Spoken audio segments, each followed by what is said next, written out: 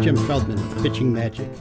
This is the first in a series of 6 videos that can give you the knowledge you need to teach a beginning pitcher proper technique, even if you know nothing about it yet.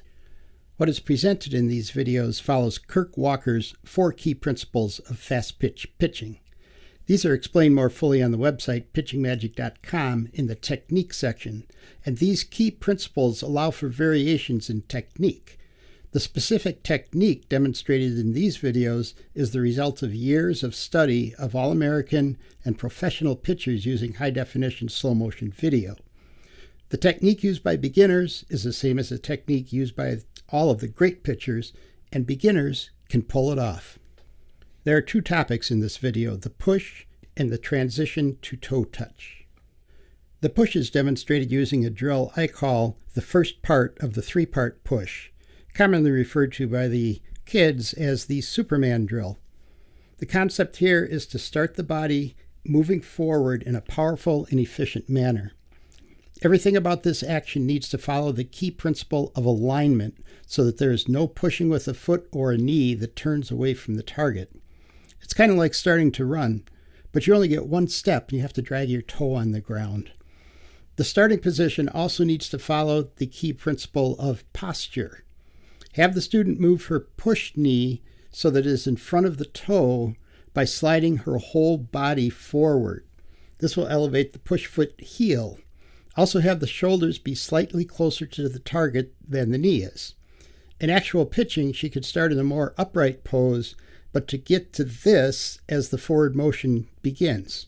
For now, just start in this position.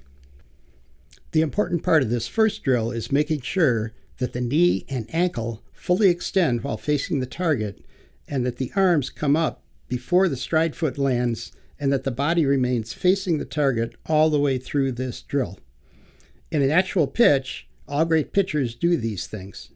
Make sure that the toe drags along the ground.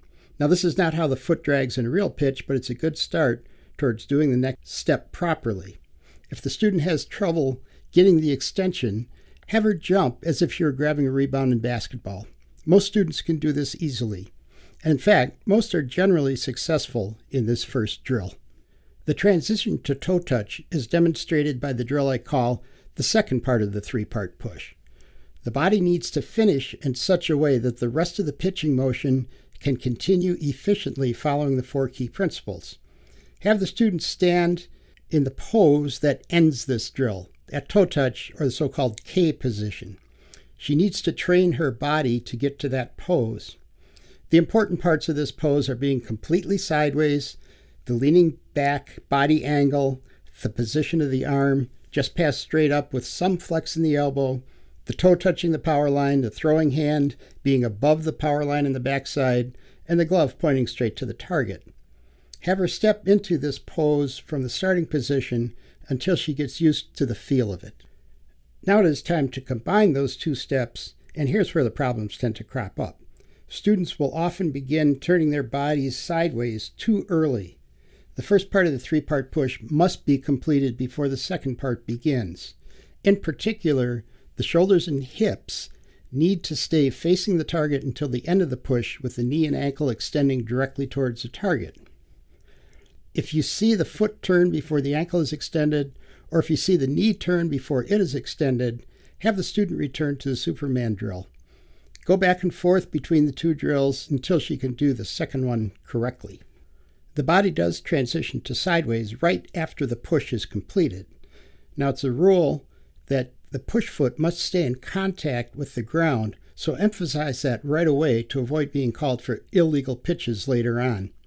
The side of the foot, not the toe, drags on the ground.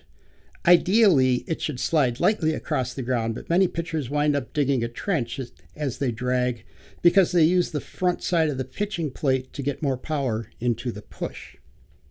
One very important part of the transition from the push to toe touch is the path of the hands on the front side of the circle. From the resting position at the beginning, the hands and arms should extend down towards the knee, keeping a nice little relaxed flex in the elbow. From there, the hands stay together, the glove hiding the ball from the batter until the first quarter of the circle, still with a slightly flexed elbow. At the first quarter, the hands separate and the glove remains there pointing at the target. Now, students will often swing the glove to the side of their body as they start to get sideways. Nip that in the bud right away. As the throwing arm comes up from first quarter to the second quarter, the elbow needs to be above the power line on the front side, and the ball comes up in front of the face. As the throwing hand passes by the head, the upper arm should brush the student's ear. Then as the body transitions to sideways, the flex in the elbow will automatically bring the ball above the power line at toe touch.